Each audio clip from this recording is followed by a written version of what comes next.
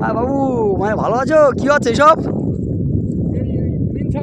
ও তো পিন ছাড়ছো, তো এরকম ছাড়ছো? ও তো মাটি দিয়ে মানে করতে হয়, মাটি দিয়ে করতে হয়, মশারি নেট দিয়ে।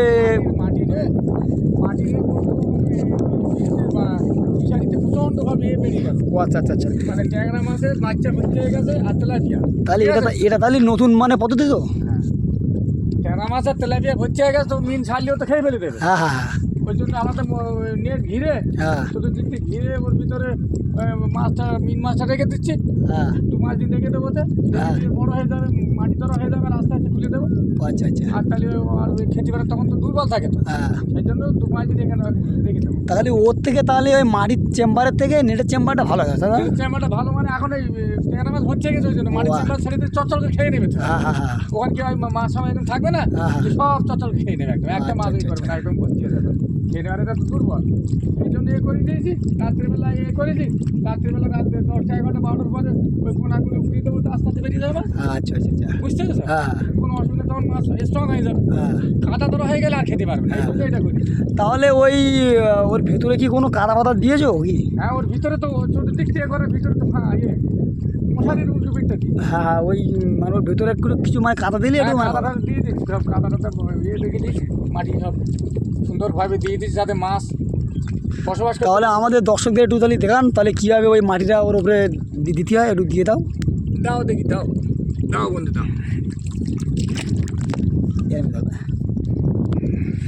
দেখুন বন্ধুরা, দেখুন দেখুন দেখুন দেখুন দেখুন কীভাবে দেখছি, দেখুন এই যে চতুর্দিকে খাটিয়ে দিয়েছে, মশারির মতো খাটিয়ে দিয়েছি, যে নিচে কাদা আছে, ওই যে এমনভাবে চেপে দিয়েছি যাতে না যেন ট্যাংরা মাছ টাছ কিংবা তেলাপিয়া মাছ যেন না ঢুকতে পারে, আটকে রেখে দিয়েছি। বাগদার মিনটা শুধু থাকবে, ছোটো ছোটো বাগদার মিন, ওগুলো রাখবে। এই তৈরি হয়েছে, এবার বাগদার মিন ছাড়া হবে। এ আর কত মাস লাগবে? 2.5-3 মাসের মধ্যে উঠে যাবে। আর হ্যাঁসারি মাছ হলেও তো 2 মাসের পরেই তো উঠে যাচ্ছে। দেখতে পাচ্ছেন বন্ধুরা, জলকারের পরিবেশে দেখুন, এইভাবে কাজ করতে হচ্ছে। না না, কিছু দিতে হবে না, ও এই কাদা পড়ে থাকলেও খেয়ে নেবে। হ্যাঁ, কাদা বসবে, সেই জন্য। ঠিক আছে বন্ধুরা, ভালো থাকেন, সুস্থ থাকেন, আপনারা নিয়মিত দেখতে থাকবেন মাছ সম্পর্কে, কীভাবে চাষ হয়, বাগদা চিংড়ি সম্পর্কে। বাগদার মিন দেখুন, এই এর ভিতরে বাগদার চিংড়ি মিন ছাড়া হয়ে গেছে, এই এখন রেডি হয়ে গেছে। এখন 2-5 দিন 10 দিন রাখতে পারে, কোনো ব্যাপার নেই। পানির গভীরতাও বেশ বুকের উপরে, 1 বুকের উপরে, তাহলে পানিটা কিচ্ছু হবে না।